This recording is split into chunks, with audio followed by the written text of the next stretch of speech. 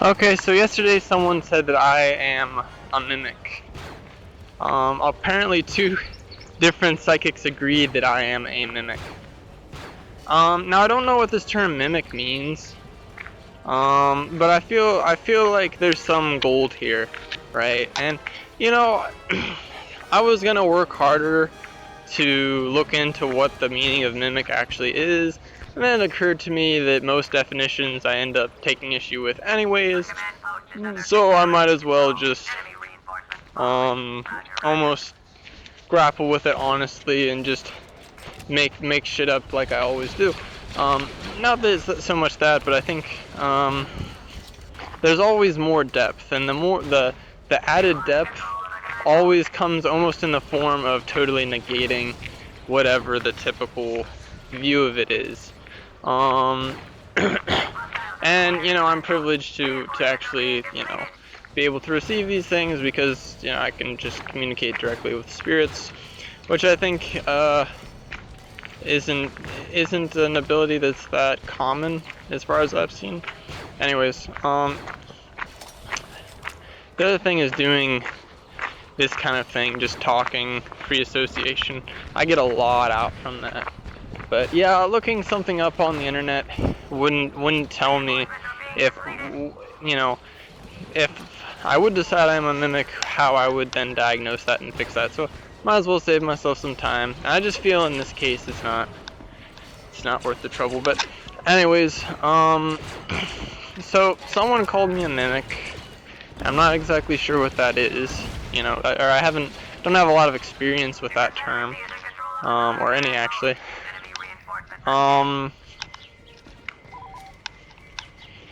What came to mind first was Vish Yoga. Vish Yoga,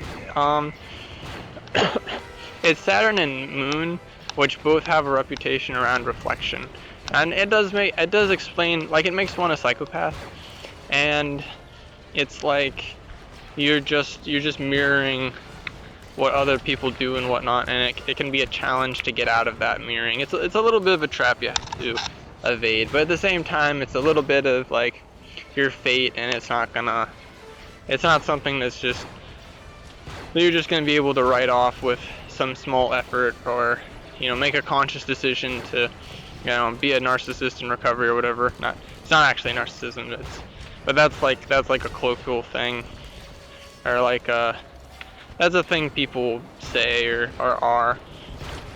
You can't really do that. I mean, even if we talk about psychopathy, there's no recovery for psychopathy. You just such people through the mind actually have to be taught what's right and wrong with cognitive behavioral therapy. Is it? CBT? Yeah, CBT. That's what it is. So this is actually Saturn. So sort of an untamed Saturn is just going to pour its darkness wherever it is, its harshness, its severity. And it's the most severe planet. Maybe Neptune could be more severe for some reason. That's coming to me now, but in general, Saturn's the most severe planet, and so it also represents order. So through order, you can sort of harness that severity.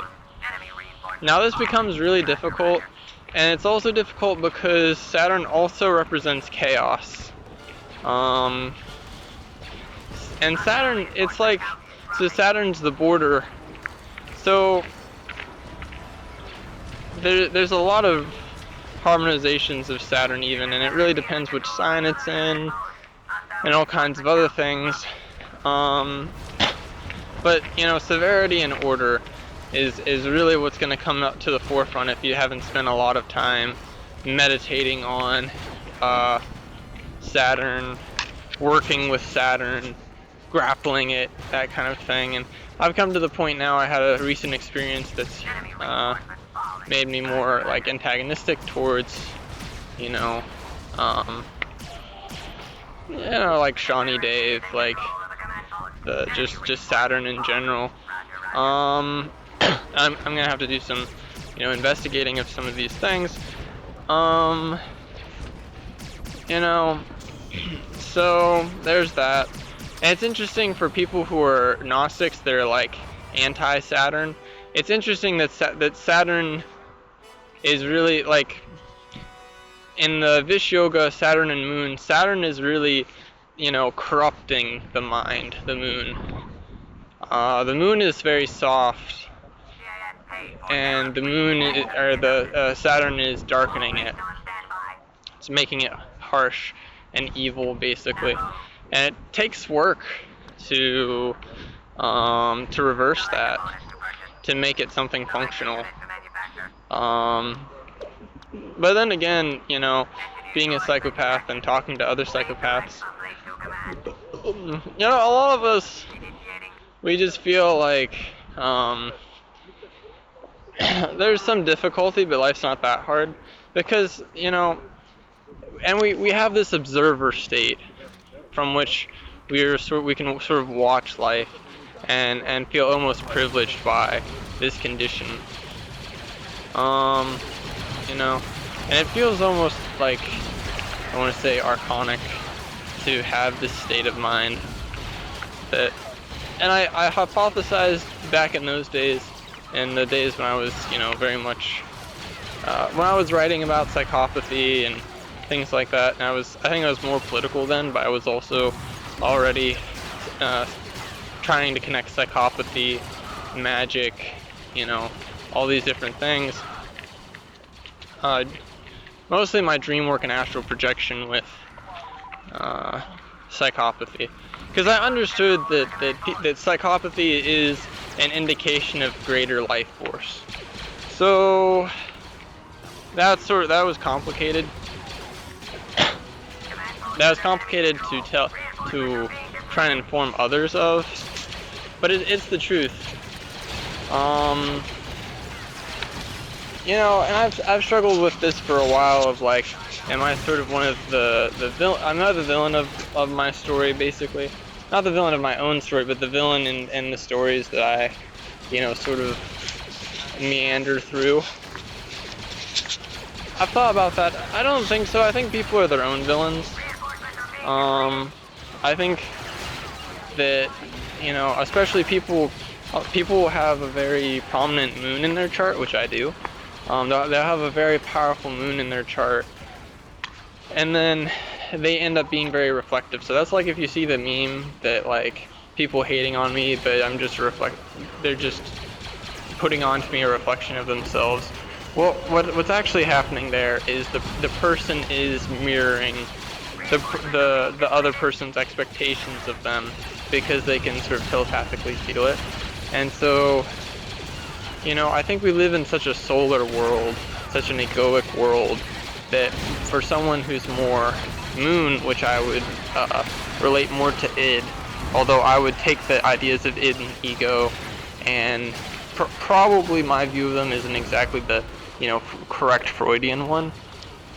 But, there's like solar consciousness and lunar consciousness. I would connect, being more in moon, and a moon mentality is being in id, or like your id is more dominant, because it's not even a mentality, it's just what's crystallizing from one's inner urges, from one's subconscious. And there's a lot of complexity there. You pretty much will go insane studying your own subconscious, but that's a very lunar undertaking.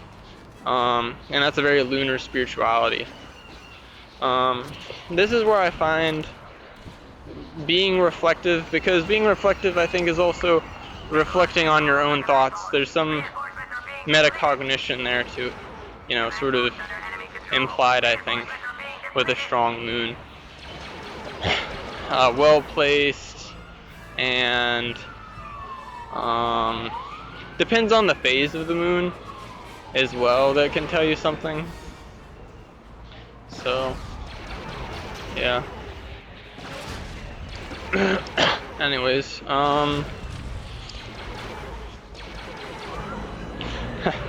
Where was I?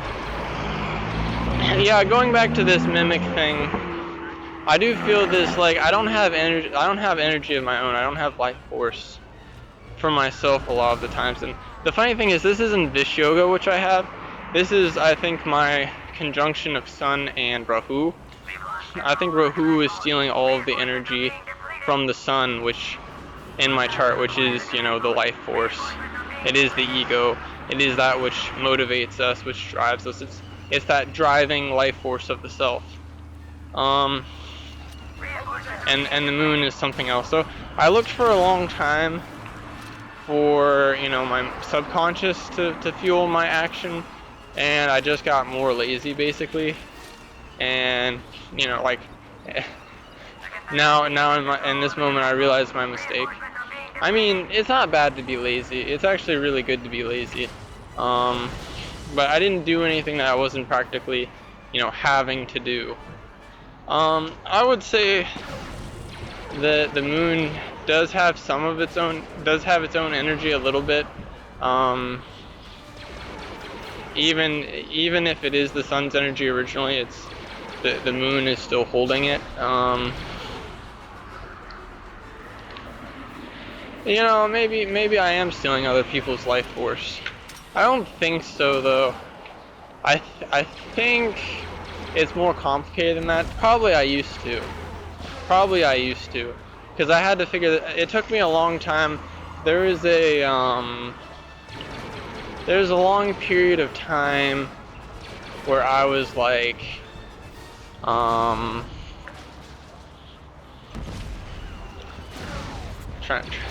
kind of lost my train of thought.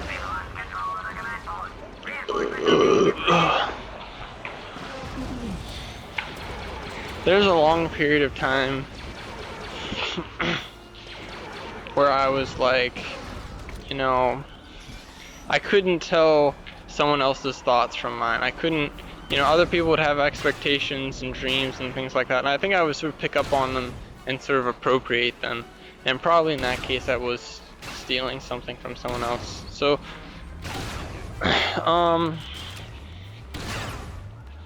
I've learned now that I sort of need to listen to sort of the desires and, you know, activities, the traits of others, and sort of react to that, you know, be reactive to that, and that's much more powerful, and that's where I can start picking up momentum in life, is basically by helping others. You know, so I tried to do that thing,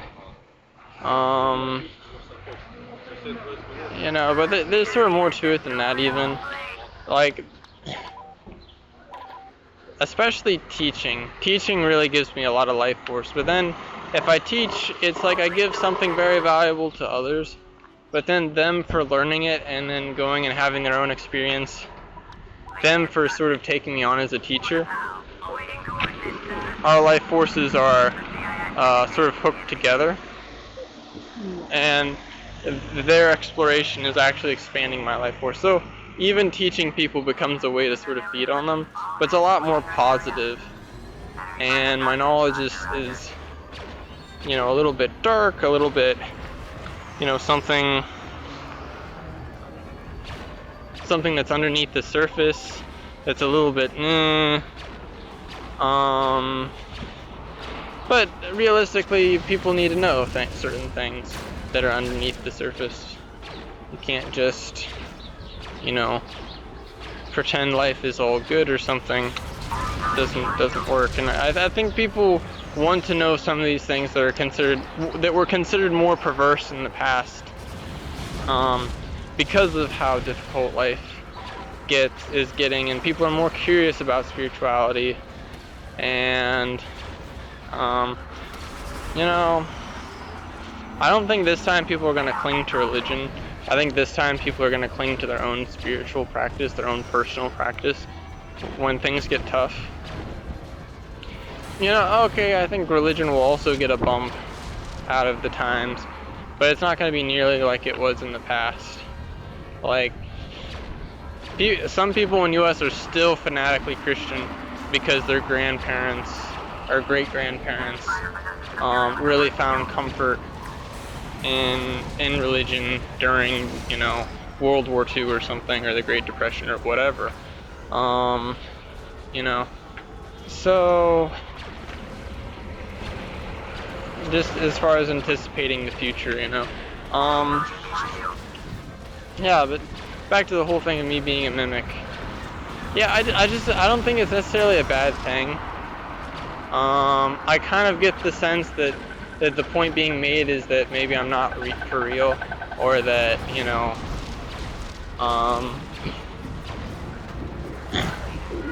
I don't know. I kind of wondered if they were implying that I'm like a walk-in, that I'm like you know, a demon in human flesh, like demon possessed or something. Which is funny because that's now 3 people that think that. I don't know. Yeah, it'd be interesting. And it's funny, I was thinking about it just a few days ago before I heard this, and thinking like, well, if I'm, you know, let's say possessed,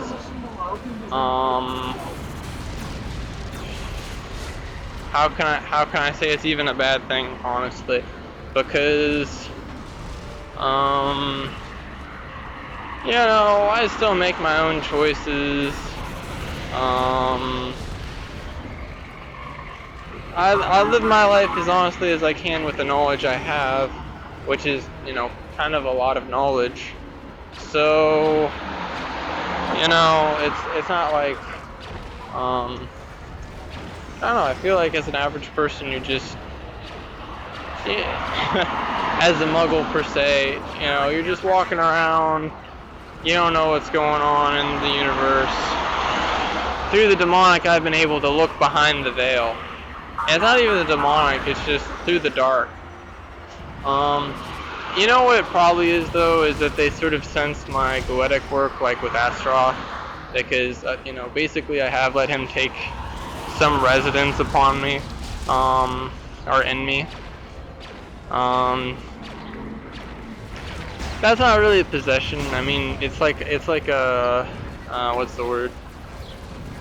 It's like an ethical possession, I want to say. It's, you know, with permission. So, you know, it's, and I've seen how my face has changed. I saw pictures of myself from a year ago, and the structure of my face is different. Like the way my cheekbones are, and or not cheekbones, but like the jaw actually. You know, just my face in general looks very different, and it's because of my work with Astaroth,